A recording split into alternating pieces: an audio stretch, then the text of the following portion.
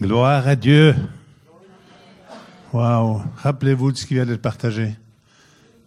Qui est rempli de la présence de Dieu? Gloire à Dieu. Certains ne le sont pas.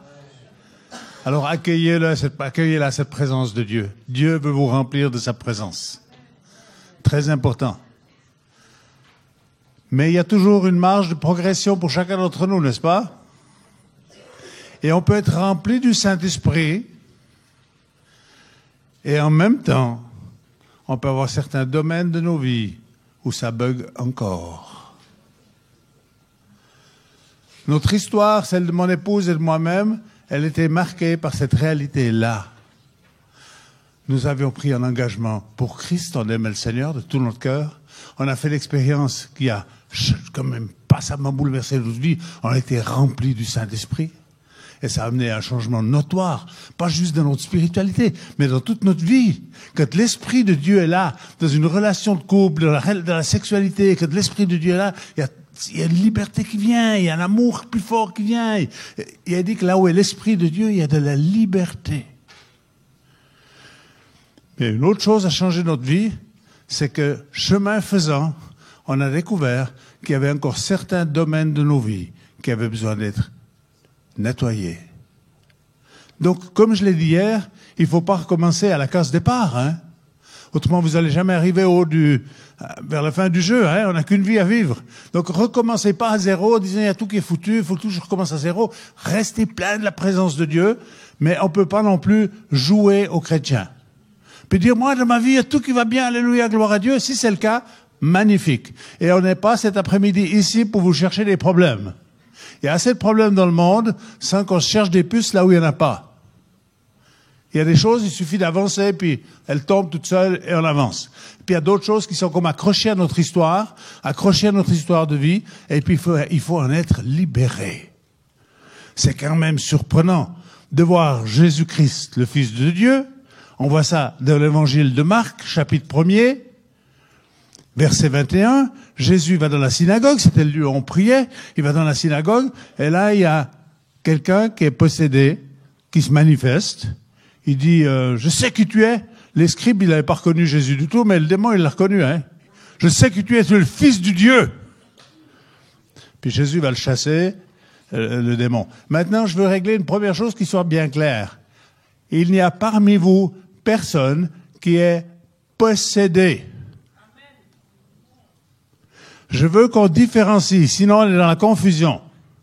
Si quelqu'un était possédé parmi nous, il serait sorti depuis longtemps. Il n'aurait pas supporté la présence de Dieu qu'il y a ici, les temps de louange qu'on a eus et les prédications qu'il y a eu.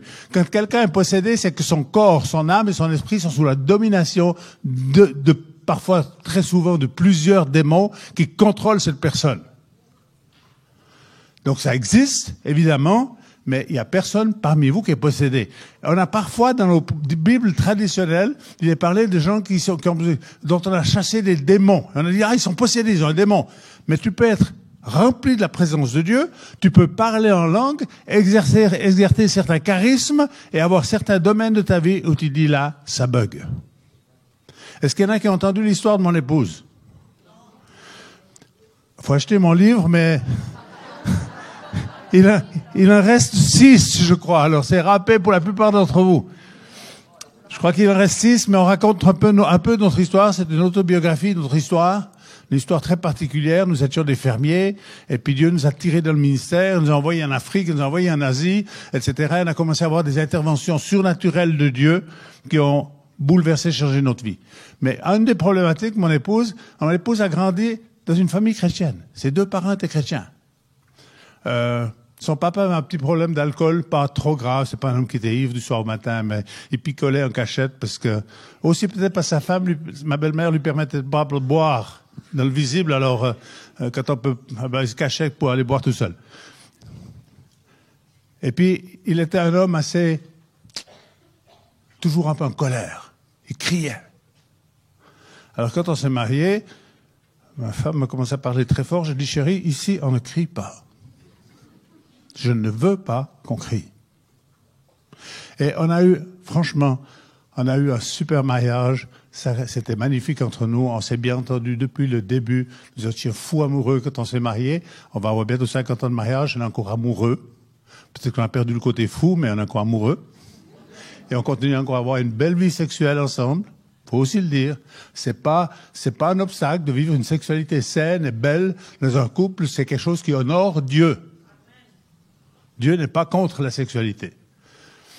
Et le couple, quand la sexualité va pas, d'ailleurs, quand il y a un problème dans le couple, le plus souvent, vous savez où il est le caillou? Il est dans le matelas.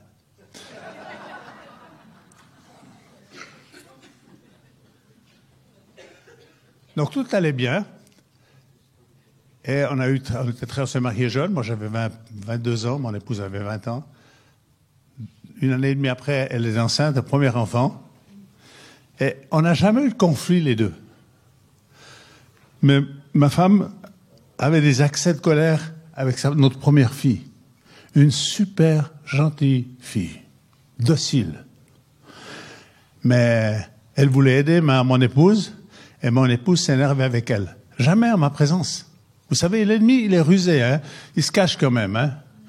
Alors un jour, elle voulait nettoyer la voiture, et notre fille, elle s'appelait Aude, c'est notre fille aînée, et ma femme lui a dit, écoute, si tu continues à m'embêter, elle l'embêtait pas, elle voulait aider un enfant de 4 ans, je pense qu'elle a à peine 4 ans. Et ma femme lui a dit, si tu continues à m'embêter, maman, elle part. Et notre fille de 4 ans, impossible dans le naturel. Elle s'est redressée, elle a regardé sa maman dans les yeux, elle a dit, maman, tu peux partir, il viendra une autre dame à ta place, et puis on l'appellera maman à ta place. Et là, ma femme, elle est presque tombée. À l'inverse, elle a dit, je suis foutu. Et là, elle va commencer à crier en disant, mais je veux pas être comme ça. Je veux pas. Mais je fonctionne comme ça. On n'a jamais eu de conflit ensemble. Elle n'a jamais eu de colère avec moi. Mais ça a commencé avec les enfants, avec la fille. Et à ce moment-là, elle a dit, écoute, moi, je peux plus continuer comme ça. Et puis, je peux pas dire que je suis chrétienne et puis vivre une vie chrétienne qui est moitié correcte, puis l'autre moitié pas correcte. Donc, on a cherché de l'aide. Moi, j'ai grandi dans une famille, j'ai eu des bons parents. Je pense que les parents parfaits, ils n'existent pas, les enfants non plus, les enfants parfaits, ils n'existent pas encore. Mais j'ai eu des bons parents. Mais j'ai grandi dans une famille où il y avait 2 esprits. Mes parents étaient croyants, mais ils ne connaissaient pas ce monde spirituel. Mais ils n'avaient même pas le baptême du Saint-Esprit. Mais ils aimaient Dieu, on priait à la maison, on ouvrait la parole de Dieu. On a une bonne éducation. Il y avait un esprit de mort dans la maison. C'est un esprit qui était sur la maison que mon père a acheté pendant la guerre. Alors, le deuxième fils est mort brûlé. La première fille est morte étouffée. Ma mère est décédée quand j'avais 14 ans. Et tous les enfants, je suis le dernier d'une famille de 9 enfants. Ma mère a eu 3 fois des jumeaux. 1, 2, 1, 2, 1, 2. Et nous tous, les enfants, on a tous toujours eu peur de 2 choses. On découvre ça plus tard. Moi, je me rappelle avoir dit ça à mes parents, enfants. C'était l'époque de l'après-guerre, où il y avait beaucoup de colporteurs qui venaient dans les maisons pour vendre des savonnettes, des linges, des habits, ils venaient des Franco en vélo, moto, puis après plus tard en voiture. Et quand quelqu'un venait chez nous, un colporteur venait, je savais qu'il venait pour me tuer. Donc j'allais me cacher. Personne m'a jamais dit ça, mais mes parents m'ont jamais dit à quelqu'un, méchant monsieur qui va venir puis il va te faire du mal. Mais il y avait cet esprit de mort qui était là, qui nous a tous tourmentés. Et il y avait un deuxième esprit, c'est qu'il y a un secret qui avait été fait sur la maison pour la protéger du feu. Mais nous ne savions pas ces choses. On les a juste subies. Alors, les choses allaient plus ou moins, et mon épouse commence à prendre un médicament qu'elle n'aurait jamais dû prendre, un pseudo-médicament, pour maigrir, parce qu'elle avait pris du poids, elle venait d'avoir sa deuxième grossesse, elle avait pris du poids, elle voulait perdre du poids. Elle a trouvé quelqu'un qui avait des gouttes pour faire maigrir les femmes. Alors elle a commencé à prendre ses gouttes. Je ne sais pas exactement. Sa mère lui a dit, n'achète pas ces gouttes. Ça vient d'une région qui s'appelle le canton d'Appenzell, où on manipule tout au pendule, etc. Elle dit, ça vient de là-bas, n'y touche pas. Ma femme a dit, moi, je veux maigrir. Donc, je prends les gouttes. Très efficace, les gouttes, pour maigrir. Mais c'est là que le cauchemar a commencé. Cet esprit que nous avions subi, nous, en tant qu'enfants, ressurgit au travers de ma femme, qui, nuit après nuit, cauchemarde avec la mort, pensant même être en train de me tuer, alors qu'on ne s'est même jamais disputé. Elle saute du lit plusieurs fois par nuit pour voir si la maison brûle. J'ai dit, ça c'est étrange. Nous, on a vécu ça gamin. Quand j'en ai parlé avec mes frères aînés, certains m'ont dit, mais nous, on a sauté des centaines de fois du lit pour voir si la maison brûlait. Et nos parents n'étaient pas du style de nous faire des peurs et des histoires. Alors, on a dit, OK, on a un problème, il faut trouver quelqu'un pour nous aider à le régler. Alors, il faut trouver des gens qui sont un peu plus loin que nous dans la marche avec le Seigneur. Alors, on a des amis, on les a appelés et dit, il vous faut venir prier avec nous. On ne sait pas comment il faut faire. On ne sait pas ce qui se passe. Alors, on a 3 couples qui viennent. Parmi ces 3 couples, il y avait un homme qui avait vraiment un ministère au niveau de la libération, mais l'autre femme était beaucoup plus sensible à l'esprit. Et elle vient dans la maison, elle dit, est-ce que je peux parler? Elle ne nous connaissait pas, elle ne nous avait jamais vu, cette femme. Elle dit, dans cette maison, il y a un esprit de mort, et un secret qui a été fait pour protéger cette maison du feu. Tu ne pouvais pas avoir ces informations dans le naturel. Après, on a fait quelques recherches, puis on a vu qu'avant que mon père achète la maison, quelqu'un s'était suicidé dans la maison. On ne sait pas tout ce qui s'est passé, puis on a présenté toujours de tout savoir. Et puis on a découvert que cette maison, bien, ce qui a été fait souvent, beaucoup de gens ne le savent pas, mais il y a un secret qui avait été fait pour la protéger du feu. Quand on dit un secret, c'est ces prières secrètes ou pour couper le feu, pour arrêter le sang, etc. Voilà, donc elle dit ça, puis ma femme, elle dit, mais c'est exactement ça. Et puis elle dit, non, attends, c'est pas terminé. Elle dit, je vois que tu as les 2 mains liées. Elle dit à ma femme,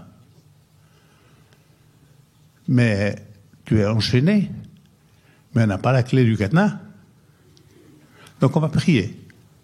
Et puis un instant, la femme lui dit, qu'est-ce que tu as pris comme médicament? Elle était une jeune femme, elle n'était pas de médication, elle n'est pas malade. Ma femme, elle a sauté de sa chaise, elle a dit, je sais ce que j'ai pris. Elle était chercher les gouttes pour maigrir, la poubelle, et puis elle a commencé à prier. Et en l'espace de quelques jours, les choses ont tourné. Et ma femme est libérée de ses accès de colère, c'est des esprits familiers. Vous savez, les esprits, ça suit les lignées. Vous avez, ceux qui ont peu d'âge, vous avez tous observé des familles, vous avez eu le problème chez le père, chez le fils, chez le petit-fils, et puis peut-être même l'arrière-petit-fils. Et on retrouve dans beaucoup de familles, s'il n'y a pas des délivrances, eh bien les esprits suivent les générations comme ça, d'une génération à l'autre. Pourquoi? Parce que le monde spirituel de Dieu, mais aussi le monde spirituel opposé à Dieu, il fonctionne selon des règles et des lois. Ça ne fonctionne pas au petit bonheur, la chance.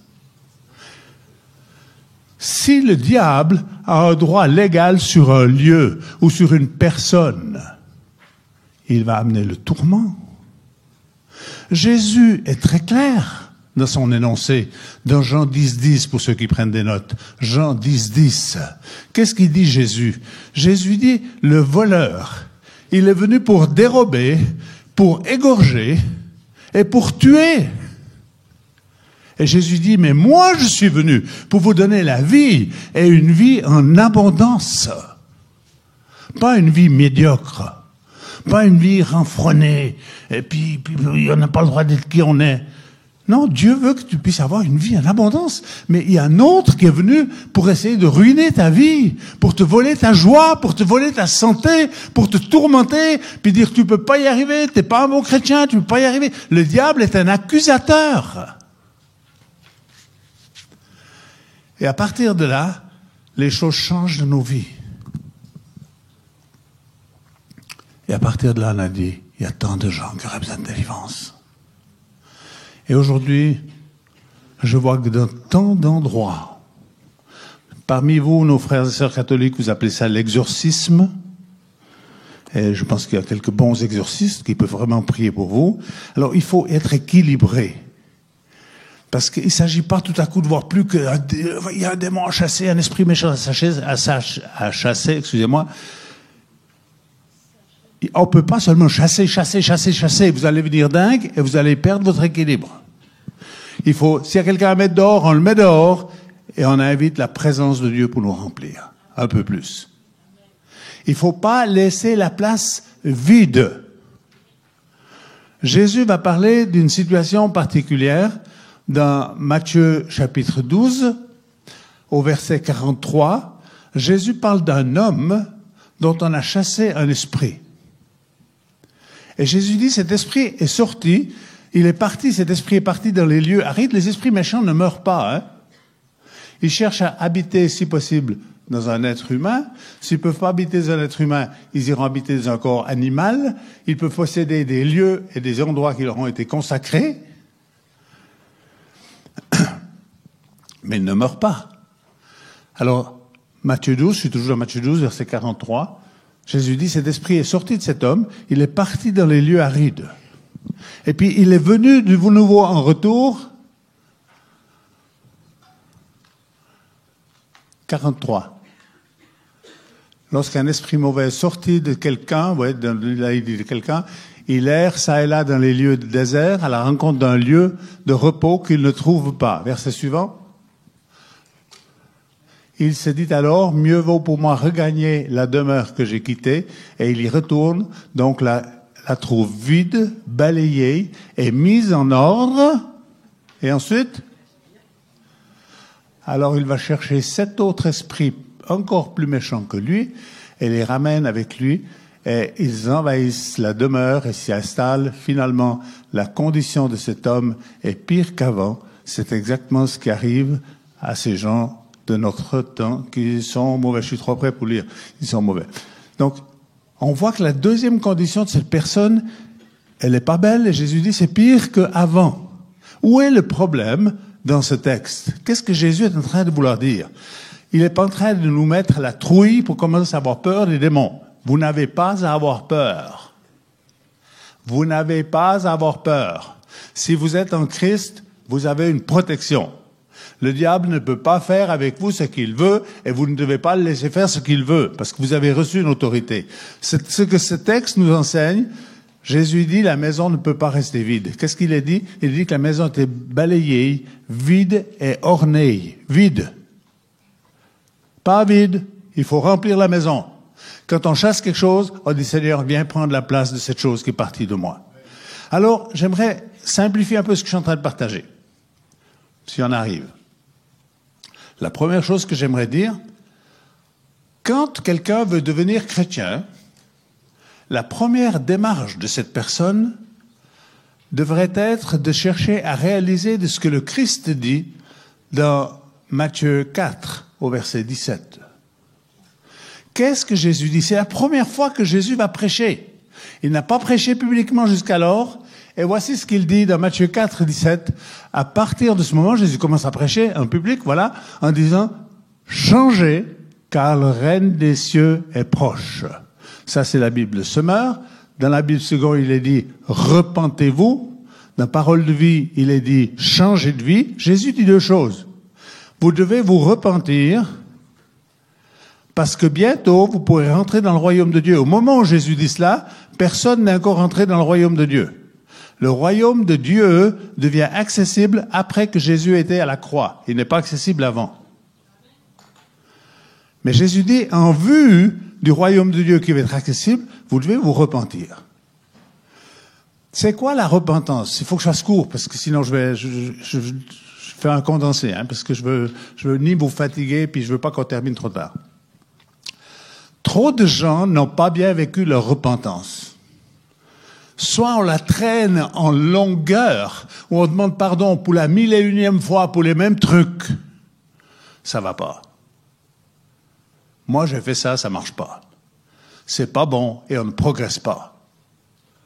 Je demande pardon et demain je refais les mêmes choses. Je demande pardon et demain je refais encore les mêmes choses. Je dis, Seigneur, j'en ai marre, enfin j'ai dit ça hier, je ne veux pas tourner dans un désert pendant 40 ans. Par contre, il faudrait régler ce qui a réglé.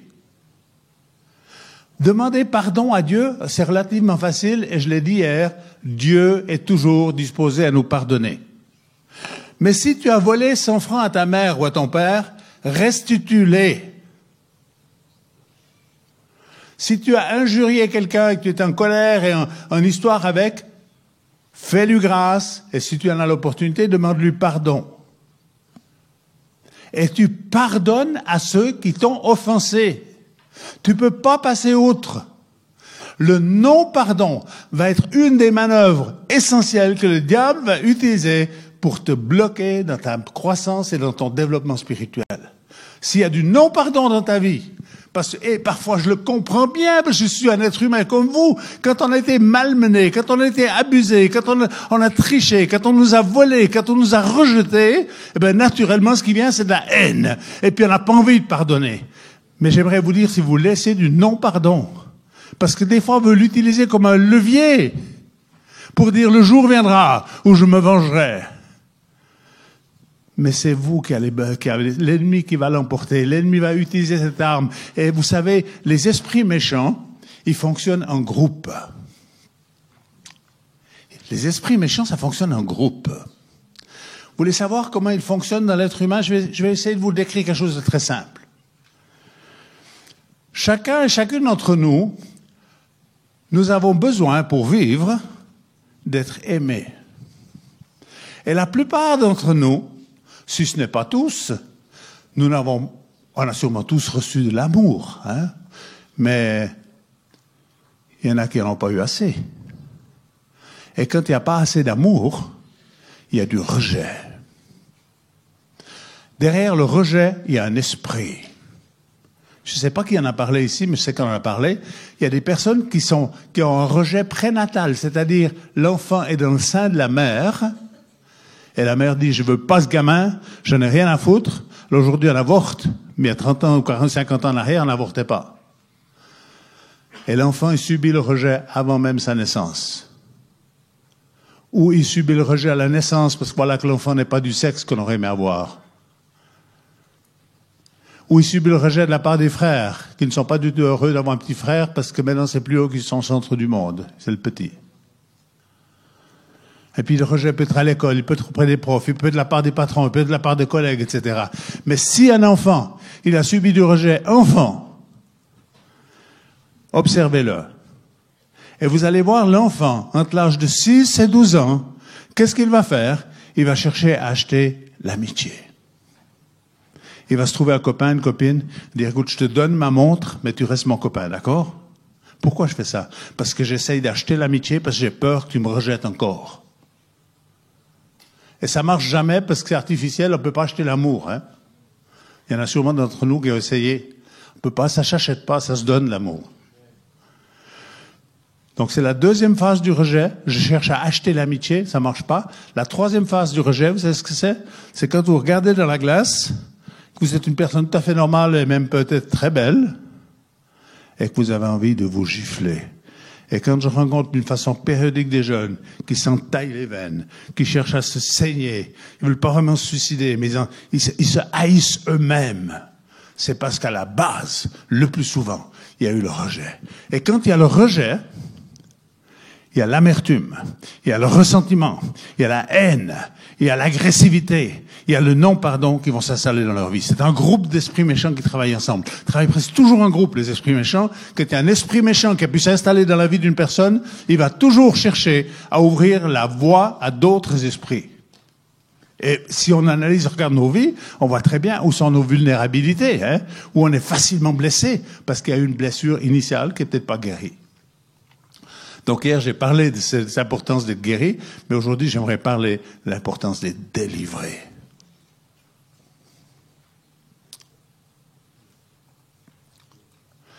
Certains esprits sont à l'origine, et j'aimerais dire, en toute honnêteté, si vous voulez le fond de ma pensée, je pense beaucoup, pas tous, beaucoup d'esprits sont à l'origine de nos maladies.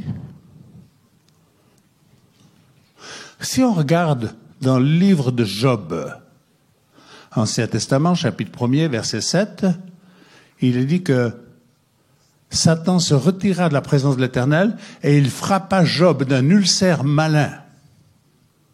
Vous avez déjà lu ça? Satan est allé frapper Job, il a plaidé sur la vie de Job. Il a dit, il t'honore, parce que tu le bénis, mais touche à sa vie. Et Dieu lui dit, tu peux toucher à sa vie, mais tu ne peux pas lui prendre sa vie. Et Satan va le frapper avec un ulcère malin. Nouveau Testament, Luc 11. Luc 13, pardon.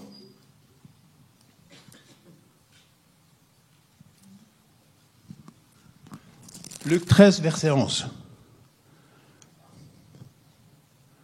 Et voici, il y avait là une femme possédée d'un esprit qui la rendait infirme. Depuis 18 ans, elle était courbée et ne pouvait aucunement se redresser. Lorsqu'il la vit, Jésus lui adressa la parole et lui dit, « Femme, tu es délivrée de ton infirmité. » Il lui imposa les mains et à l'instant, elle se redressa et glorifia Dieu. Un esprit méchant. Alors les Juifs, ils disent, « Non, monsieur, venez pas vous faire guérir le jour du sabbat. Le jour du sabbat, on n'a rien le droit de faire. » C'est ce qu'ils disent les Juifs, hein?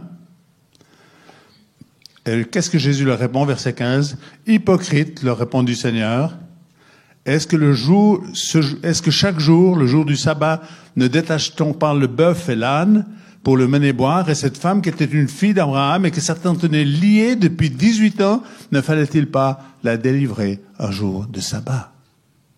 Un peu plus loin, dans le Nouveau Testament, dans les Actes des Apôtres, chapitre 10, il est bien question du Christ, 10, 38.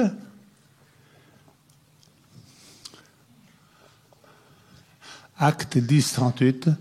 Ensuite, Dieu a oint Jésus de Nazareth en répandant sur lui la puissance du Saint-Esprit. Celui-ci a parcouru le pays en faisant le bien et en guérissant tous ceux qui étaient tombés sous le pouvoir du diable, car Dieu était avec lui.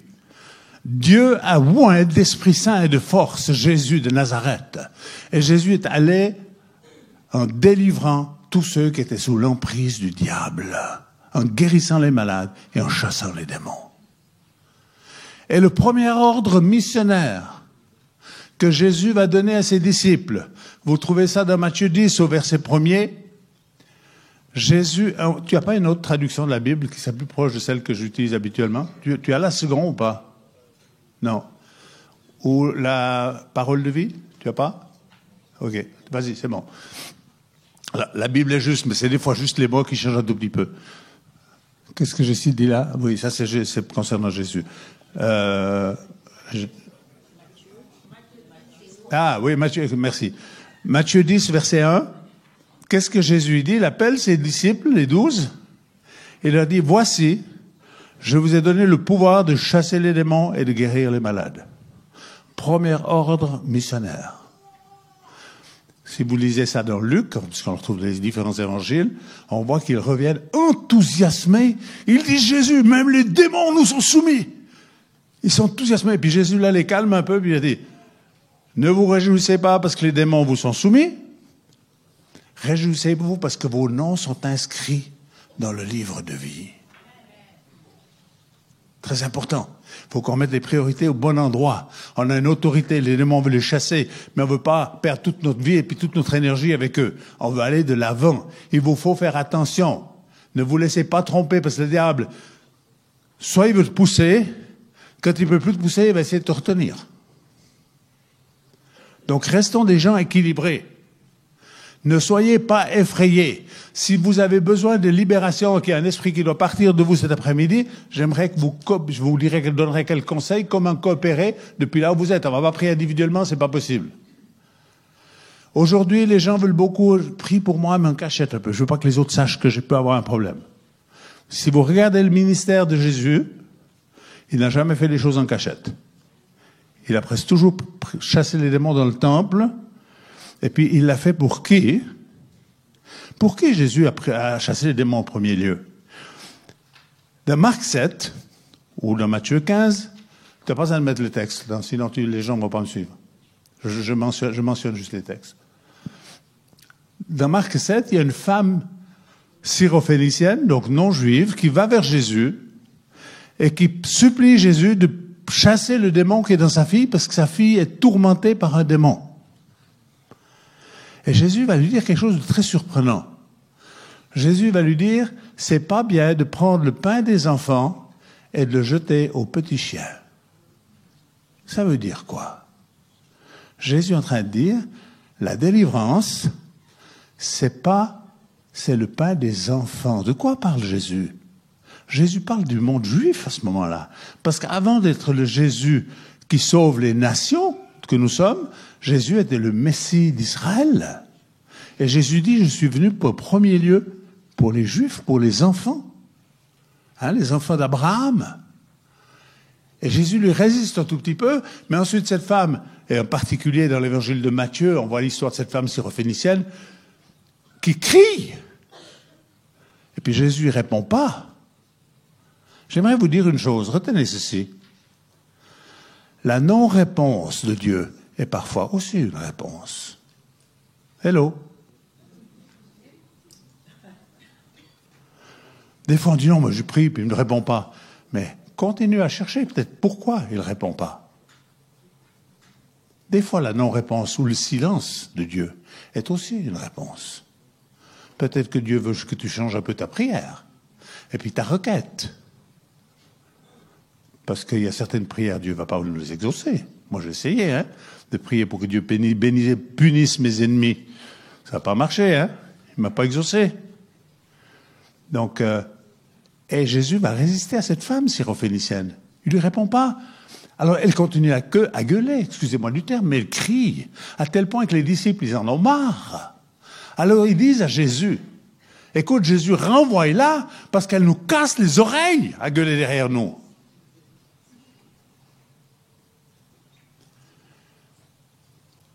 Et Jésus enfin ouvre la bouche et dit, je n'ai été envoyé qu'aux brebis perdues de la maison d'Israël. Tu n'es pas né du bon côté de la frontière. Alors Jésus lui dit pas seulement cela. Jésus lui dit, c'est pas bien de prendre le pain des enfants puis le donner aux petits chiens. Ah bon, elle se fait traiter. J'aurais pas voulu être à la place de cette femme.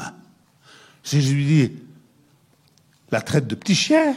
Puis ensuite, Jésus lui dit, c'est pas bien prendre le pain des enfants puis le donner aux petits chiens.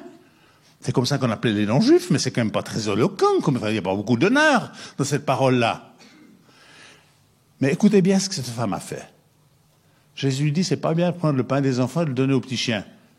Et cette femme, elle dit, oui, Seigneur, mais les petits chiens, ils ont droit aux miettes qui tombent de la table. Et qu'est-ce que Jésus va dire à cette femme? Femme, ta foi est grande, qu'il te soit fait comme tu veux, et à l'heure même, sa fille est délivrée du démon. Femme, ta foi est grande, qu'il te soit fait comme tu veux. Ne croyez pas tout ce que le diable essaie de vous dire. Moi, j'ai une personne qui vient me voir. Elle me dit, prie pour moi, j'ai besoin de délivrance. J'ai dit, de quoi tu veux te délivrer? Il me dit, j'ai un démon que personne ne peut chasser. Puis j'ai dit, tu crois que je vais me casser les dents avec toi?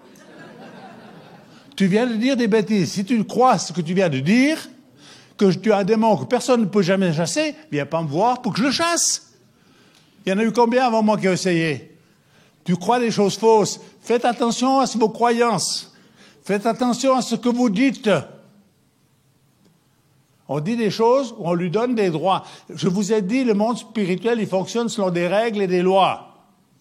Si tu dis, de toute façon, moi, je serai toujours méchante, et puis je sais que je ne changerai jamais, vous ne changerez pas.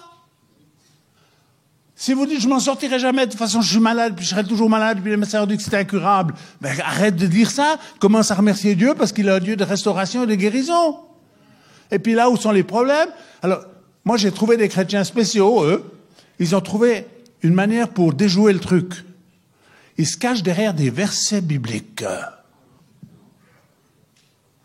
Ah ouais, j'en connais un, et je ne l'ai pas aimé pendant longtemps, c'est un verset extraordinaire de la parole de Dieu.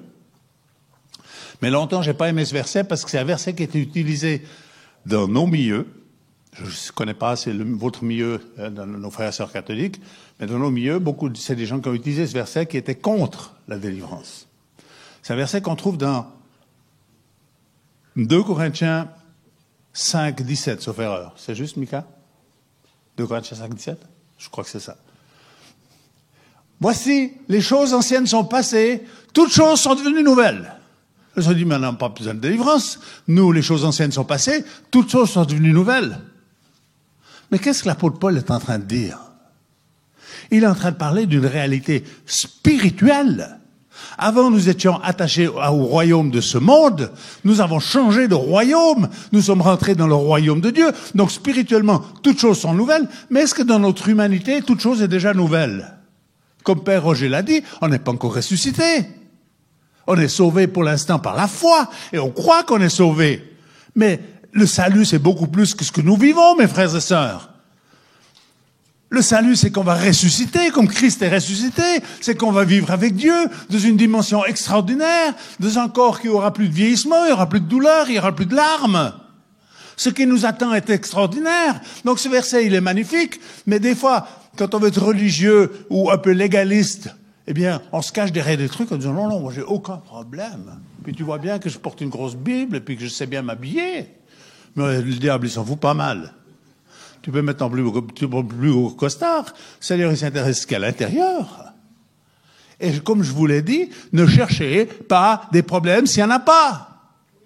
Alors les gens viennent me voir. Ils me disent, pasteur, est-ce que tu penses que j'ai besoin de délivrance? Je dis, ça c'est une bonne question. J'aimerais entendre ta réponse. Il me dit, mais le problème c'est que je ne sais pas. Je dis, si tu ne sais pas, c'est que c'est pas trop grave. Il me dit, on fait comment pour savoir? Je dis, est-ce que tu as une Bible? Il dit, oui, j'ai une Bible. Alors, ouvre-la, là où je vais t'indiquer de l'ouvrir. Tu l'ouvres dans Galates 5, au verset 22. Galates 5, 22, il nous parle du fruit que l'Esprit Saint va produire à l'intérieur de nous si nous le laissons nous habiter. Amour, joie, paix, douceur, bonté, bienveillance, amour du prochain, maîtrise de soi-même. Dites avec moi, maîtrise de soi-même. Ouais. Ça, c'est le fruit de l'esprit. Il y a 9 différents aspects qui sont mentionnés dans Galates 5, 22, qui sont le fruit de l'esprit. S'il y a le fruit de l'esprit dans ta vie, c'est une attestation de la présence de Dieu. Tu ne peux pas te glorifier en disant, moi j'ai la paix, moi je suis bien, puis je suis plein de douceur, puis... On va voir quand tu es sous la pression, vous savez. Des fois, je dis, si vous devez savoir s'il y a du jus dans un citron, il faut le presser. Dans nos vies, c'est la même chose. Si tu veux savoir ce qu'il y a à l'intérieur, c'est quand tu es sous la pression. Quand on est dans les réunions comme aujourd'hui, c'est facile de dire Alléluia, gloire à Dieu. Mais demain, quand tu seras sous la pression de quelqu'un qui t'a fait un coup vache, c'est là qu'on va voir comment on réagit. C'est là qu'on va voir quel est le jus qui est au fond, hein. Est-ce que c'est l'amour qui va jaillir ou est-ce que c'est la... Donc, éprouvez-vous vous-même. Mais j'aimerais mentionner quelques-uns des domaines qui sont des domaines dans lesquels l'ennemi aime bien travailler. Comme je l'ai dit, je ne cherche pas à vous créer des problèmes et pas à mettre des choses sur vous qui ne sont pas. Mais j'aimerais mentionner le domaine des émotions. Nous sommes des êtres émotionnels, n'est-ce pas? Au niveau des émotions, on peut avoir du ressentiment, du rejet, de la pitié de soi, la haine, la colère, la jalousie, la dépression, sentiment d'infériorité, insécurité, crainte. Derrière ces choses-là, il y a parfois des esprits, pas toujours. Il y a des choses que quand on confesse, quand on règle les choses avec Dieu, il y a des choses qui s'en vont. Pourquoi? Je dois revenir un petit peu en arrière. Excusez-moi. Je vais vous montrer quelque chose. Tout à l'heure, j'ai peut-être pas été tout à fait au bout de ce que je voulais dire. Quand j'ai parlé de la repentance. La repentance, c'est dire, Seigneur, voilà ma vie. Beaucoup de chrétiens sont repentis comme ça. Ils ont dit, Seigneur, voilà ma vie. Non, ça c'est la moitié. Puis vous pensez que l'ennemi va se cacher où? Pas là où c'est ouvert, il va se cacher là où c'est resté fermé. Donc, et on n'a rien à craindre avec Dieu, parce que Dieu est un Dieu de bienveillance, d'amour. Mais on devrait oser se présenter à Dieu en disant, Seigneur, voilà ma vie. Et puis je veux ces trucs qui m'embêtent depuis toujours, peut-être qui remontent, parce que la plupart des choses, même liées à des esprits méchants, remontent à notre enfance, le plus souvent. Des traumatismes. Alors, on peut toujours accuser les autres, et c'est vrai que beaucoup d'entre nous, parfois on n'est pas responsable, des fois on est juste victime. On est victime quand des enfants étaient abusés, quand des femmes, des gars étaient abusés, comme nous disait Mika hier. Eh ben, attends, il n'est pas responsable. Il est victime. Mais même si tu es victime, le diable, il va pas dire, oh, ben, toi, t'es pas victime, je te touche pas. Le diable est méchant. Le diable est méchant. Il veut détruire. Mais vous avez reçu, mes frères et sœurs, si vous êtes en Christ, ce que vous avez confessé, ce que vous avez dit pendant ce week-end, Dieu vous a donné une autorité et vous devez apprendre à résister au diable. Mais des fois, dans certains domaines de nos vies, on a besoin de l'aide d'une autre personne. Et c'est la raison pour laquelle je suis là avec vous aujourd'hui et que j'aborde ce thème. Donc je vais, dans quelques instants, je vais prier avec vous. Il y aurait beaucoup de choses à dire. Je vais mentionner encore une ou deux autres choses dans lesquelles l'ennemi, il aime bien travailler. Au niveau mental, le tourment, l'indécision, le compromis, le doute, la confusion, le rationalisme, la perte de mémoire. Je vais très vite, mais je suis obligé d'aller assez vite. Vous pourrez réécouter ça, je crois que c'est enregistré, sauf erreur. Un rapport avec la parole, le mensonge, les paroles de malédiction, les blasphèmes, les critiques, la moquerie, la raillerie, les commérages. Au niveau de la sexualité, les pensées et actes coupables, fantasmes, masturbation, perversion, adultère, homosexualité, fornication, prostitution, provocation, etc., etc., pour rallonger la liste. Domaine des dépendances. Toutes les dépendances. Alcool, tabac, drogue, médicaments excessifs, caféine, certains aliments. Il y a besoin de libération au niveau physique, allergie, migraine, maladie de la peau, cancer. Souvent, moi, plus en plus, je crois que chaque maladie a une vie en elle-même. Et je veux apprendre à maudire la vie de cette maladie pour qu'elle meure. Si Jésus a maudit un figuier qui était sans fruits, je veux maudire. Je ne dis pas que toutes les maladies sont d'origine diabolique. Faut pas, quand on tombe dans les excès puis qu'on dit c'est comme ça peut pas être autrement, attention. On n'a pas tous marché dans les chaussures de l'autre, on n'a pas tous les mêmes histoires. Donc, ne soyons pas trop dans les absolus, puis dire, là, ça, c'est absolument ça. Et puis, laissez-vous aider, et puis, aidez-vous vous-même. Puisque Dieu vous a donné une autorité, ça serait pas mal de l'utiliser. Et puis, quand le malin vient, il faudrait peut-être lui opposer un peu de résistance. Alors, il y a deux cas de figure. J'en ai parlé un tout petit peu hier, déjà. J'ai mentionné hier, pour ceux qui se rappellent, qui étaient là, j'ai mentionné ce texte de Jacques 4, verset 7, où Jacques, l'apôtre Jacques dit, soumettez-vous à Dieu, résistez au diable et il s'enfuira l'un de vous.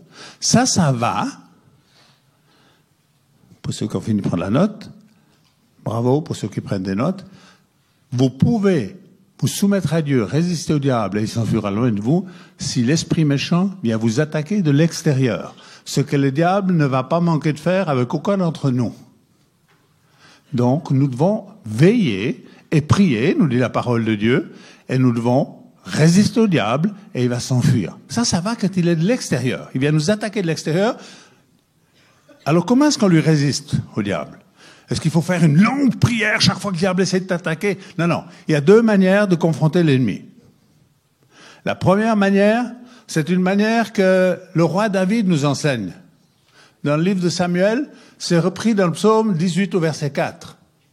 Dans le psaume 18 au verset 4, David dit « Je m'écrie, loué soit l'Éternel, et je suis délivré de mes ennemis. » Quand le diable vient t'attaquer de l'extérieur, le plus souvent, parfois il essaie de nous attaquer physiquement, mais le plus souvent, il vient t'attaquer au niveau de tes pensées.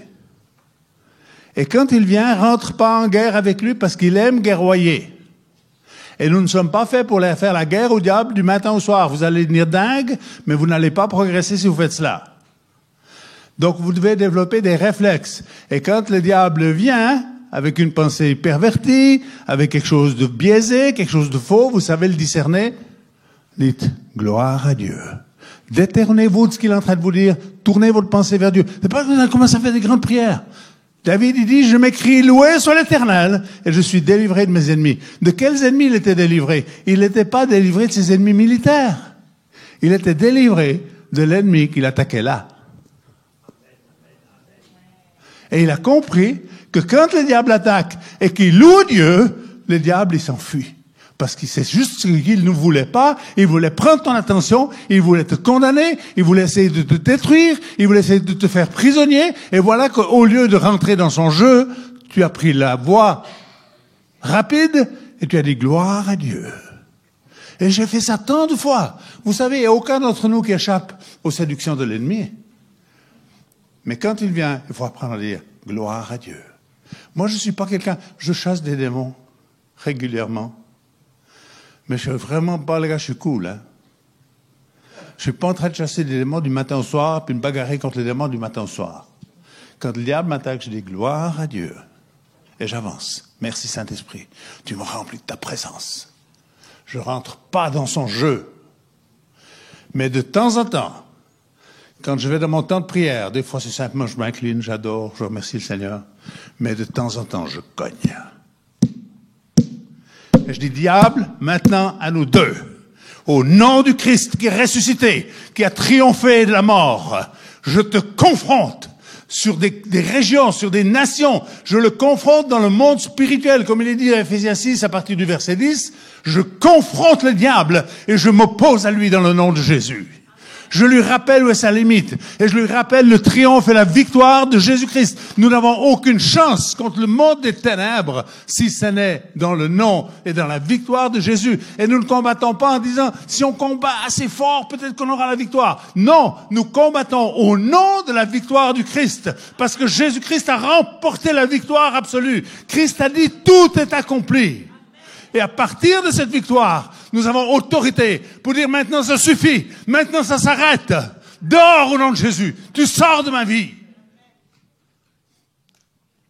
Mais, pour faire ça, il faut lui enlever le droit légal qu'il a sur ta vie.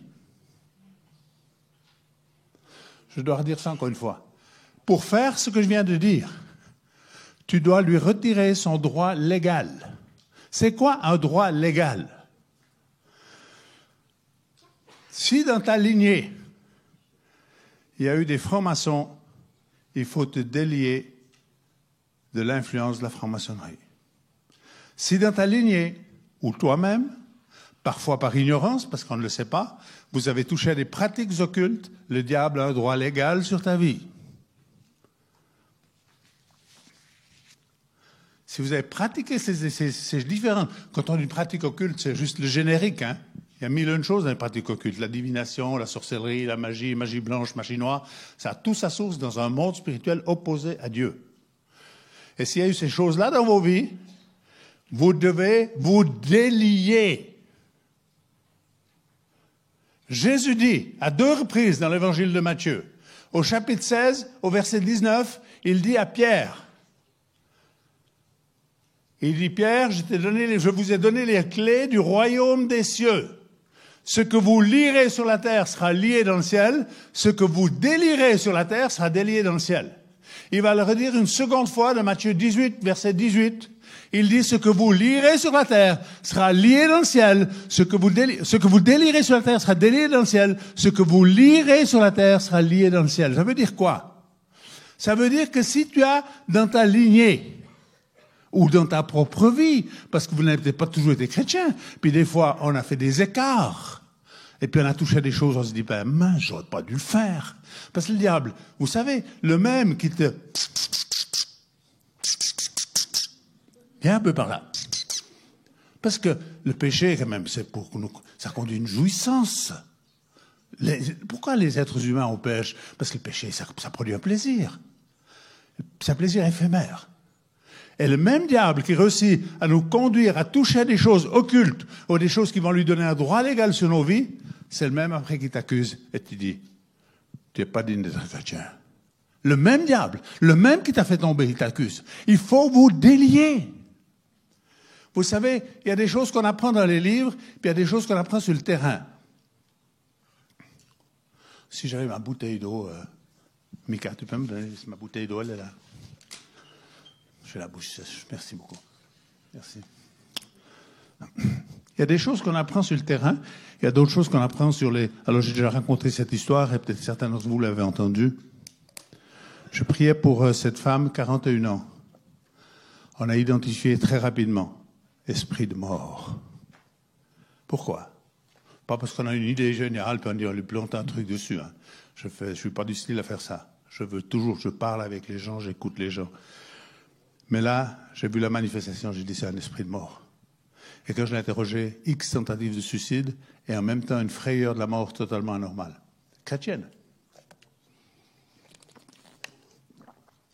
Alors, t'es jeune, en tout cas plus jeune que maintenant. Donc, on s'est dit, allez hop, on va aller faire la peau, hein, à l'ennemi. Alors, on a évoqué le nom de Jésus, puis on a fait un peu tout ce que la parole de Dieu nous enseigne, on a une autorité. Vous savez, il y a trois sources, trois armes, je vais le dire comme ça, trois armes contre l'ennemi. L'un, c'est la parole de Dieu. Matthieu 3. Jésus, le diable vient tenter Jésus. Comment Jésus? Jésus le tente avec des paroles de Dieu, des paroles de l'Écriture. Le diable lui dit, si tu es le Fils de Dieu, saute en bas de ce rocher. Dieu va envoyer des anges. Après, il lui dit, si tu es le Fils de Dieu, ordonne à ces pierres de devenir des pains. Et qu'est-ce que Jésus va faire? Chaque fois, Jésus va répondre avec une autre parole en disant, il est aussi écrit, tu ne tenteras pas l'Éternel ton Dieu. Jusqu'au moment où Satan il a vu qu'il avait perdu la partie, et il s'est retiré, attendant une occasion favorable.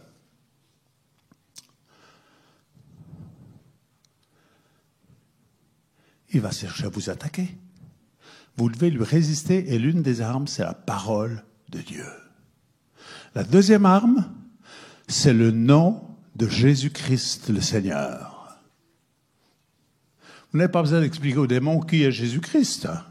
Il sait, lui. Des fois, les chrétiens ne savent pas trop, mais les démons, ils savent. Hein? Troisième arme, le sang du Seigneur Jésus-Christ qui a été versé pour notre rédemption. La parole de Dieu, ce qui veut dire que vous devez connaître un peu la parole de Dieu. Sinon, le diable va vous rouler dans la farine. Vous devez utiliser, et vous avez le droit d'utiliser le nom du Seigneur Jésus, pas seulement Jésus. Dans nos milieux, et je viens de le dire à certains de mes responsables, Jésus, Jésus, Jésus. J'ai dit, attention, appelez-le Jésus-Christ, au moins Christ, ou Christ Seigneur. Parce que dans Acte, je fais une parenthèse, je reviens. Acte 2, 36, Acte 2, 36, il est dit, ce Jésus, c'est Pierre qui parle aux pharisiens, il dit, ce Jésus que vous avez crucifié, Dieu l'a fait Christ et Seigneur. Le diable, il sait que c'est Jésus-Christ. Donc, il faut utiliser ses armes. Alors, j'avais cette femme avec un esprit de mort. Alors, je dis, on va commencer à le chasser, c'est pas compliqué. On va montrer ce qu'on sait faire. Hein. Des fois, quand on est un peu jeune, un peu ambitieux quand même, on se dit, allez hop, on va y aller. Puis moi, j'avais pas peur, je suis pas du style à avoir peur. Donc, esprit de mort, sors cette femme. Pouf! La femme, elle gicle par terre. Esprit de mort, on te retire tout droit, tu dois partir de cette femme dans le nom de Jésus. Je ne partirai pas, j'ai le droit d'être ici. Tu sors au nom de Jésus. Je vais la tuer devant vous, tu auras un mort sur la conscience. Je te dis que tu dois sortir dans le nom de Jésus. J'avais 3 personnes avec moi. J'ai dit, on prie en langue ensemble. Et je l'ai vu planter les doigts dans ses oreilles aussi profond qu'elle pouvait. Elle hurlait. Je supporte pas ces langues. Je peux vous dire que le fait de prier dans l'esprit, de prier en langue, est très puissant contre le monde des ténèbres. Et ensuite, j'ai dit, maintenant, on va évoquer le sang de Jésus. Et le démon hurlait, je supporte pas le sang. Alors j'ai dit, sors. Il dit, je sortirai pas. J'ai le droit légal d'être ici. C'est pour ça que je vous dis qu'il faut lui retirer les droits légaux. Alors moi, je savais pas qu'est-ce que c'était le droit légal. Ben oui, des fois on apprend, des fois c'est après, mais c'est pas avant. Alors on avait fait tout ce qu'on savait faire, et le démon continue à parler. Ça n'arrive pas tous les matins, ça. Hein. Il n'y a pas tous les démons qui parlent. Hein. Ça arrive quelques fois. Je ne cherche pas absolument à les faire parler. Je veux surtout les faire sortir, moi. Je ne cherche pas des manifestations. Mais j'avais fait ce que je savais faire, et le démon a continué à me menacer. Alors j'ai dit, c'est quoi ton droit légal? Et là, je ne parle plus de la part de Dieu, je parle au démon. Il me dit, je suis là parce que sa mère l'a maudite. J'ai dit, quelle est la formule de malédiction? Sa mère a dit, puisque c'est ainsi que cet enfant appartient au diable, c'est pour ça que je suis là et j'ai un droit légal sur sa vie. J'ai dit, à quel moment ça s'est produit? Ça s'est produit quand elle était dans le sein de sa mère, parce qu'elle est un enfant illégitime. Mais attention, hein, ne croyez pas tout ce que le démon vous dit, hein, parce que le diable est le père du mensonge. Donc vous prenez ça au 2e degré, pas au 1er. J'ai fait lever la dame.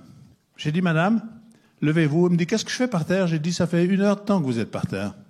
Ça fait 1 heure de temps qu'on se bagarre pour essayer de vous libérer, mais vous n'êtes pas libre. J'étais en vacances. J'ai dit, je suis disposé à vous aider. Je vous donne rendez-vous demain matin. Ce soir, on est fatigué, donc on s'arrête.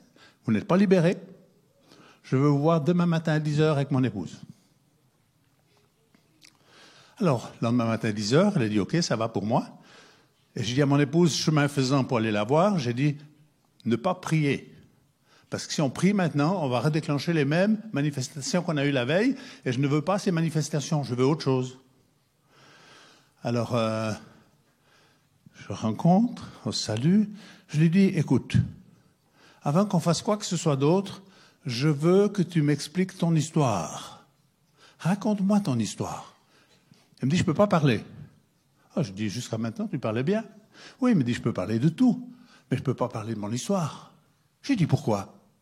Elle me dit, c'est comme quelque chose qui est verrouillé à l'intérieur de moi. Je n'ai jamais pu en parler. C'est verrouillé ici. Je ne peux pas parler. Je peux parler de toutes sortes de choses. Mais mon histoire, je sais plein de choses. Mais je n'en ai jamais parlé à personne et je ne peux pas en parler. Je ne peux même pas ouvrir la bouche pour en parler. Alors ma femme est à côté de moi. Elle la prend comme ça par le poignet. Moi, le poignet. Elle la prend comme ça par le poignet. Elle dit, au nom du Seigneur Jésus, je te délie. Tout ce qu'elle a dit. Et elle commence à raconter son histoire comme si elle avait toujours raconté. Quand ma mère était enceinte, elle aurait toujours souhaité m'avorter, parce je le sais parce qu'elle me l'a dit. Ma mère était pas enceinte de son mari, elle était enceinte de son beau-frère. Et dans son désarroi, elle aurait tellement aimé avorter, mais à l'époque, on avortait difficilement. Et dans son désarroi, ma mère m'a dit dans son sein, elle a dit, puisque c'est ainsi que cet enfant appartient au diable. Alors on peut faire ouf, mais j'essaie de me mettre à la place d'une personne comme cette maman. Vous êtes dans le désarroi, vous êtes déshonoré, vous dites c'est une chose qui ne devait pas arriver, c'était ça. Vous savez plus ce qu'il faut faire, vous n'êtes pas engagé dans la foi. Vous faites quoi? Vous dites merde. Puis vous dites mais cet enfant, s'il ne peut pas mourir, mais qu'il appartienne au diable. Vous comprenez? Je ne dis pas du tout que c'est juste, mais je dis quand même qu'il faut juste qu'on ait aussi... On est des êtres humains, puis on n'a pas marché dans la basket de cette maman, ce qui sort de son histoire. On ne sait pas ce qui s'est passé vraiment. Alors, elle nous raconte, et elle confirme ce que le démon avait dit la veille. Alors je lui dis, voilà ce que tu vas faire. Tu vas te délier avec ta propre bouche. S'il le faut, je t'aiderai à prier. Mais je veux pas que tu fasses des grandes prières compliquées, puis Dieu délivre-moi. Non, non, non, non. Tu exerces l'autorité en disant, Seigneur Jésus, je me délie. Et je lis la puissance de malédiction qui est venue sur moi. Je me délie. C'est pas Seigneur délie-moi. J'étais une personne d'importance dans le milieu évangélique, une personne assez clé. Elle est venue me voir pour un problème il y a pas longtemps. J'ai dit, écoute, il faut te délier. Elle dit, Seigneur Jésus, délie-moi. J'ai dit, tu peux le demander 10 fois, hein, mais Dieu va pas le faire, parce que Dieu t'a demandé de le faire toi. Alors arrête de demander à Dieu de faire ce que lui t'a demandé de faire. Tu dis, Seigneur Jésus, je me délie. Puis une bonne famille, des gens bien et tout, puis quand on creuse un tout petit peu, on réalise que derrière, dans la famille, il y a eu toutes sortes de choses pas terribles qui sont passées, et puis on est surpris que tout à coup, ça rejaillit. Donc il faut se délier des malédictions ancestrales. Il ne faut pas en faire tout un culte et puis tourner en rond avec ça pendant 20 ans dans le désert. Il n'y a pas besoin de prier ça 50 fois. Faites-le avec foi, avec sécurité une fois, et puis après, on congédie les esprits méchants, et certains esprits méchants partent quand on est déterminé ce qu'ils partent. Évidemment, c'est un sujet, il faudrait plus qu'une journée pour enseigner et pour en faire un peu le tour, donc je prends des raccourcis. Je veux que vous ayez... Personne n'est obligé de participer à ce que je veux vivre maintenant, absolument. Vous pouvez rester dans la salle, vous pouvez rester neutre, vous pouvez dire « Moi, je veux rien de ça dans ma vie. Tu n'auras rien de ça dans ta vie, t'en fais pas. » Dieu n'est pas un Dieu de contraintes. Et si toi, à l'intérieur, vous savez, c'est très fin ce qui va se passer maintenant. Le diable, il va commencer à venir, il va dire « Fais gaffe, fais en sorte qu'il n'y ait surtout rien qui se passe, parce que qu'est-ce qu'ils vont penser les autres ?» Si tu acceptes cette pensée, t'es déjà cuit, il va rester. Il partira pas. Parce qu'intérieurement, tu as déjà permis de rester en disant, je veux surtout qu'il n'y ait rien qui puisse se passer. Même si un esprit méchant, je ne peux pas qu'il parte parce que c'est dangereux, puis qu'est-ce que les gens pourraient penser de moi. Écoutez, à un moment donné, il faut arriver à s'en foutre un peu de ce que les autres pensent, puis se dire ce qui serait peut-être important, c'est ce que lui, il pense.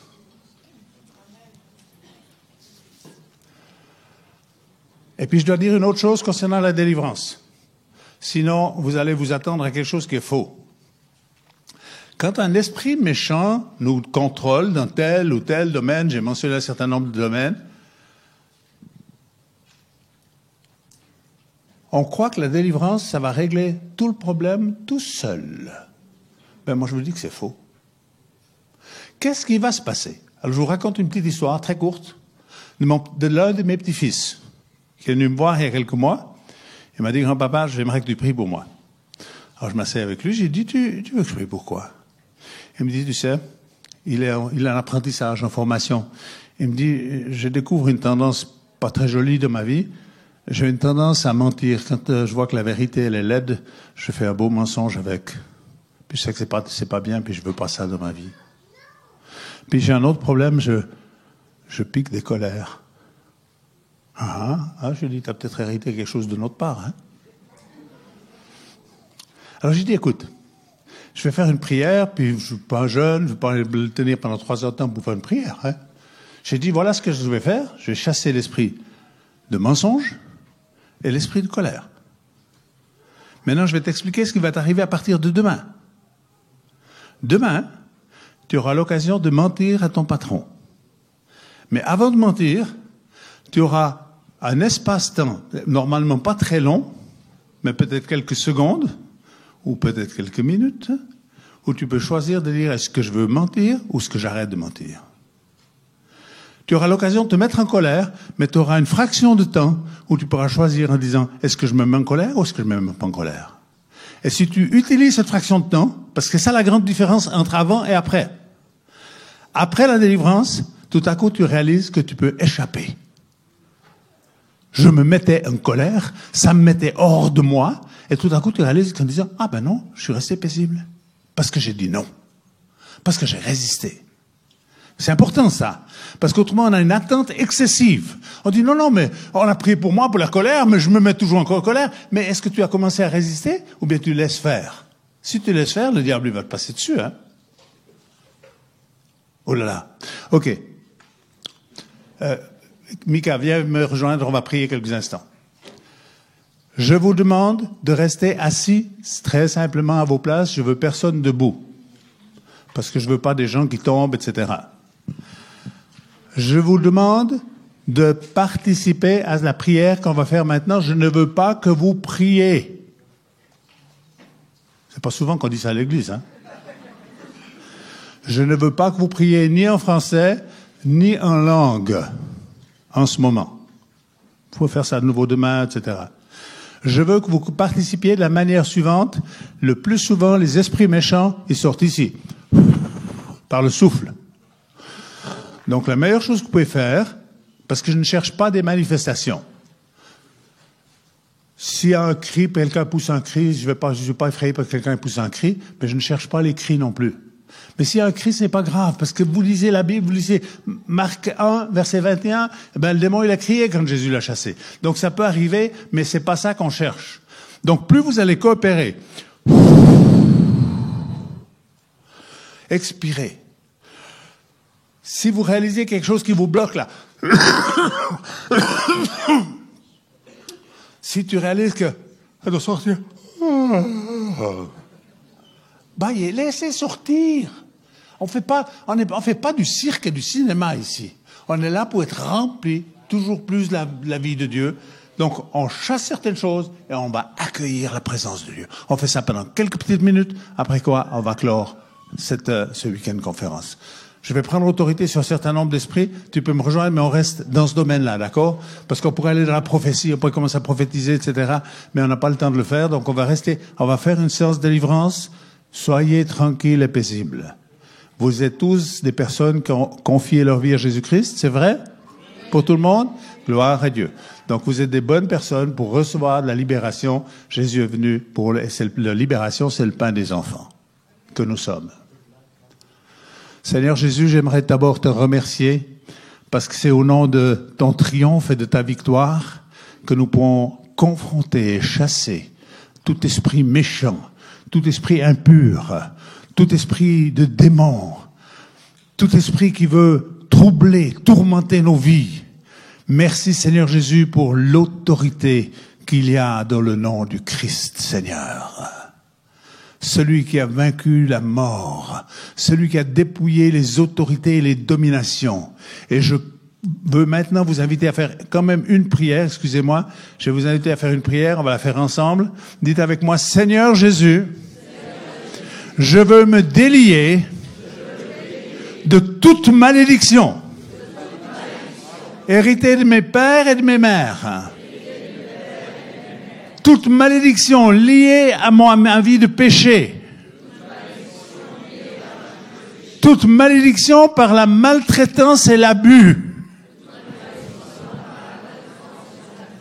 Toute malédiction liée à des paroles prononcées sur ma vie. Je me délie dans le nom de Jésus. Je délie mon âme de tout lien d'âme avec d'autres personnes. J'ai pas le temps d'enseigner cela. Ok. Je délie mon âme de toute personne qui a abusé de moi, qui m'a dominé, qui m'a contrôlé. Je brise la malédiction. Je me délie de toute parole de malédiction prononcée sur ma vie, prononcée de la part d'autrui ou de moi-même. Je me délie. Seigneur, mets une garde à ma bouche. Je veux prononcer des paroles de bénédiction sur ma vie. Et non de malédiction. Amen. Amen. Alléluia. Voilà, on ne prie plus. Vous participez. Quand vous êtes concerné par ce que je vais mentionner, vous le faites sortir en expirant profondément. Et puis après, vous testerez les jours suivants comment les choses vont. Mais rappelez-vous, la délivrance, c'est pas si tu as un problème jusqu'à aujourd'hui, demain tu ne peux plus faire le problème. Tu peux continuer à le faire. Si tu ne veilles pas, tu devras, mais Dieu va te donner l'autorité pour sortir et pour dominer. Amen. Seigneur Jésus, je prie pour tous ces problèmes liés à nos émotions. Et je veux prendre autorité sur tout ce qui est lié au ressentiment, au rejet, à l'abandon. Ça part maintenant au nom de Jésus. Tout esprit de rejet, de ressentiment, la peur du rejet, le rejet de soi-même, tu n'arrives pas à t'accepter. J'ordonne à cet esprit de te quitter dans le nom de Jésus. Tout ce qui est lié à la haine, à la colère, à la jalousie.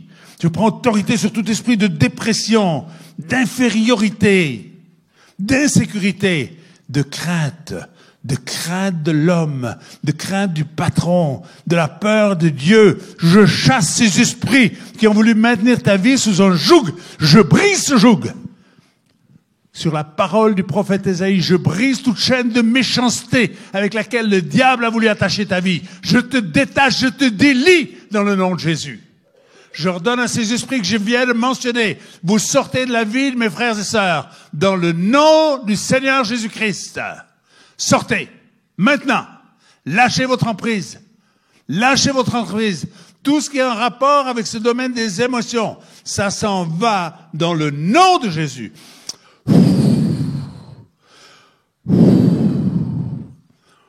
Seigneur, je prie pour chacune de vos vies, chacune de vos familles, peut-être des membres de vos familles qui ne sont pas là. Ce que Dieu vous a confié, je le place sous la protection de Jésus. Le diable, tu ne touches à rien et à personne des membres des familles qui sont ici présentes. Je les place sous la protection du sang de Jésus-Christ. Qu'ils soient déjà des enfants ou pas encore tes enfants. Tu ne touches pas. Tu ne viens pas amener du trouble dans leur vie. Amen. Gloire à Dieu. On continue. Mika, quand tu vas intervenir, tu viens. Je prends l'autorité sur tout ce qui est lié au niveau mental. Le tourment. J'ordonne à l'esprit de tourment de s'en aller. Cet esprit qui tantôt te fait être en haut et puis te fait comme de redégringoler dans la tourmente, dans des structures de pensée, dans des spirales où tu te tires tout à combat. Je brise le tourment. Je brise au nom de Jésus tout esprit d'indécision. Tout ce qui est lié à l'indécision, tout ce qui est lié à des compromis que tu fais sans cesse pour essayer de t'en sortir. Je chasse cet esprit de compromis, esprit de doute et de confusion. Tu t'en vas dans le nom de Jésus.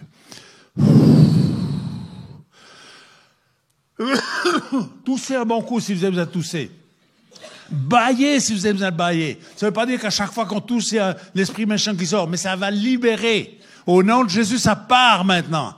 J'ordonne à ces esprits méchants, j'ai autorité sur vous, pas en mon nom, pas au nom de mon ministère, au nom du Christ et de sa victoire. Lâche, lâche dans le nom de Jésus. Je prends autorité sur tous les esprits qui ont touché le domaine de ta parole. J'ordonne à tout esprit de mensonge de s'en aller. Et tout esprit qui est allié au mensonge, les paroles de malédiction prononcées contre ton conjoint, peut-être sur tes enfants. Je chasse cet esprit qui maudit, cet esprit qui te conduit à maudire. Tu ne veux pas le faire, mais c'est comme cet esprit te contraint, te conduit dans le mensonge, te conduit dans les paroles de malédiction. Je chasse cet esprit blasphématoire contre Dieu. Tu peux être enfant de Dieu, rempli du Saint-Esprit. Et à l'intérieur de ta vie, il y a comme un esprit blasphématoire. Il y a des pensées blasphématoires. Vous devrez apprendre à combattre cela. Et l'un des moyens de le combattre, c'est de prier dans l'esprit. Pas maintenant, après. Quand le diable vient, quand certaines pensées viennent, vous ne les voulez pas, vous devez avoir des réflexes de commencer à prier en langue, prier dans l'esprit. Au nom de Jésus. La critique, les commérages, les railleries, les demi-mensonges ou les demi-vérités. Je chasse tout esprit qui est à l'origine de cela, dans le nom du Seigneur Jésus. Je veux prier pour le domaine de la sexualité. C'est un domaine où l'ennemi a tellement créé de ravages, tellement de gens malmenés, abusés. Je veux te délier en premier lieu de toute culpabilité. Le diable aime condamner. Culpabilité par rapport à ceux qui ont vécu des divorces. Bien sûr, ce n'est pas la pensée de Dieu le divorce, mais des fois il n'y a pas d'autre solution à cause de la méchanceté et de la dureté des cœurs.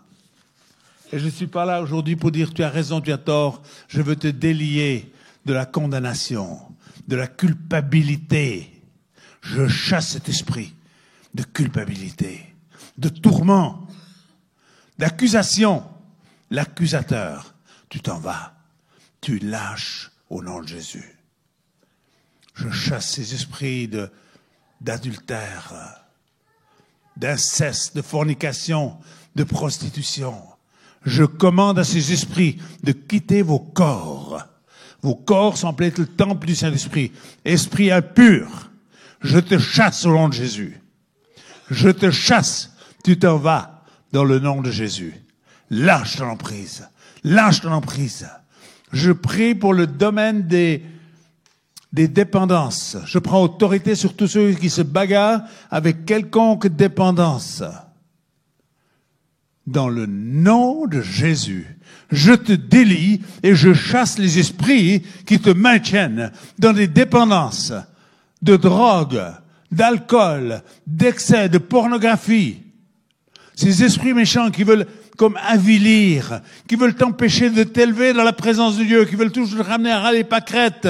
Au nom de Jésus, je commande à ces esprits de s'en aller. Vous lâchez votre emprise par la puissance et l'autorité de Jésus. Tout ce qui est lié à ces problèmes physiques, d'allergie, je sais qu'il y en a plusieurs. Je prends autorité sur la vie de quelconque infirmité et maladie. Et je maudis la vie de cette maladie. Je maudis la vie de cette infirmité. Je ne parle pas à vous, mes frères et sœurs. Je parle à l'esprit méchant. Esprit de maladie. Esprit d'infirmité. Je te confronte dans le nom du Seigneur Jésus.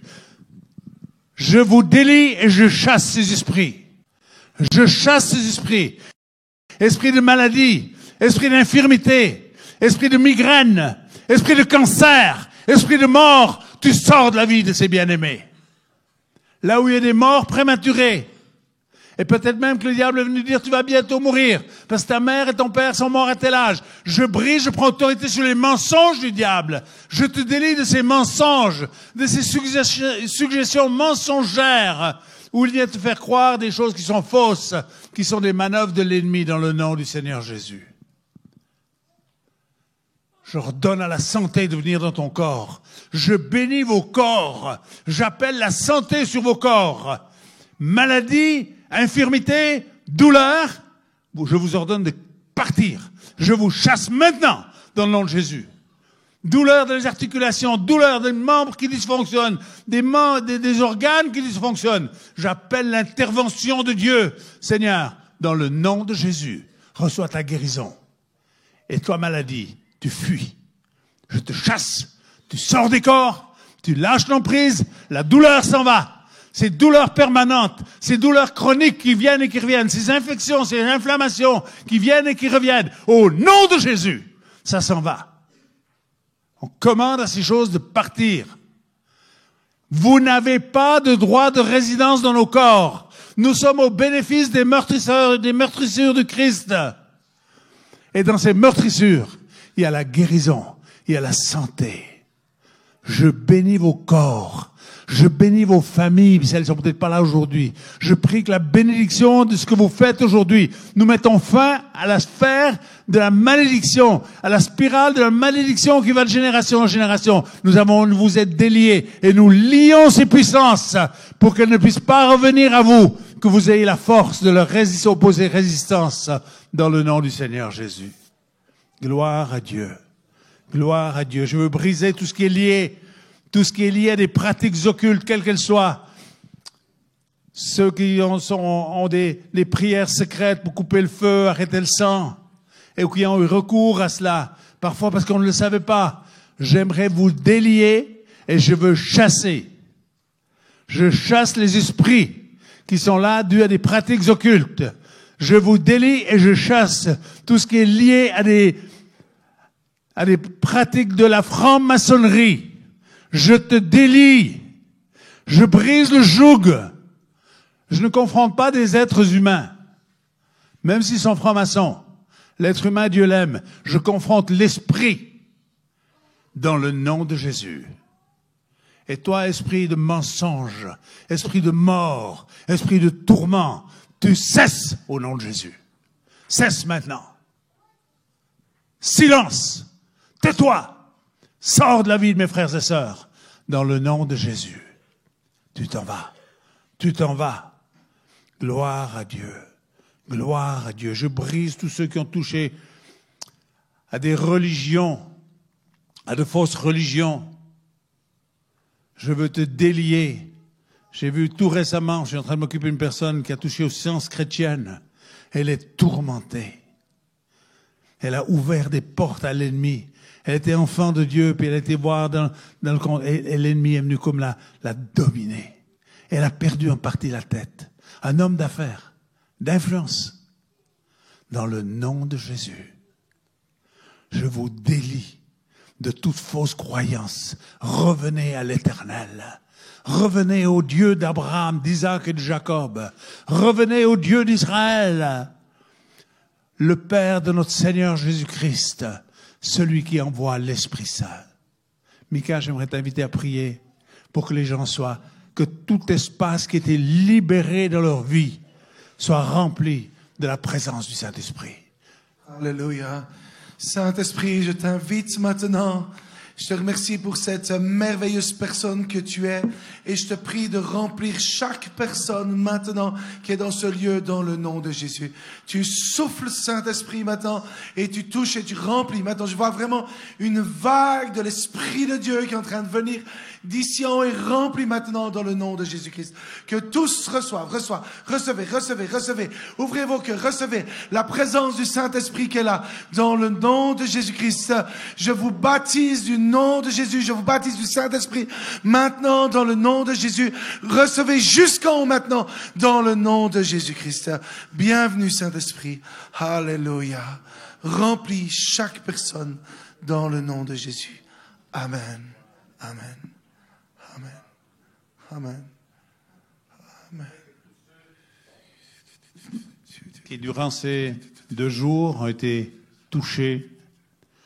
J'aimerais vous inviter à vous lever, à tendre vos mains vers le Seigneur en signe de reconnaissance. Certains, vous allez découvrir les changements dans les jours qui viennent. On a prononcé cette parole, certaines paroles de guérison. Vous allez voir que Dieu va intervenir. Ne soyez pas juste dans l'immédiat en disant « Ah, je suis pas guéri. » Remercie Dieu pour son intervention. Parle à ton corps, déclare la guérison. Il y a une puissance dans ta langue. Seigneur Jésus, nous levons nos mains vers toi avec reconnaissance. Nous voulons simplement te dire merci. Merci. Garde-nous. Nous l'avons prié ce matin dans la prière de notre Père. Délivre-nous du malin, car à toi appartiennent le règne, la puissance et la gloire au siècle des siècles. Et on va faire cette prière ensemble. Bien fort, doucement. Notre Père qui es aux cieux, que ton nom soit sanctifié, que ton règne vienne, que ta volonté soit faite sur la terre comme au ciel. Donne-nous aujourd'hui le pain de ce jour. Pardonne-nous nos offenses, comme nous pardonnons aussi à ceux qui nous ont offensés. Ne nous soumets pas à la tentation, mais délivre-nous du mal, car c'est à toi qu'appartiennent le règne, le pouvoir, au siècle des siècles. Amen. Alléluia. Gloire à Dieu.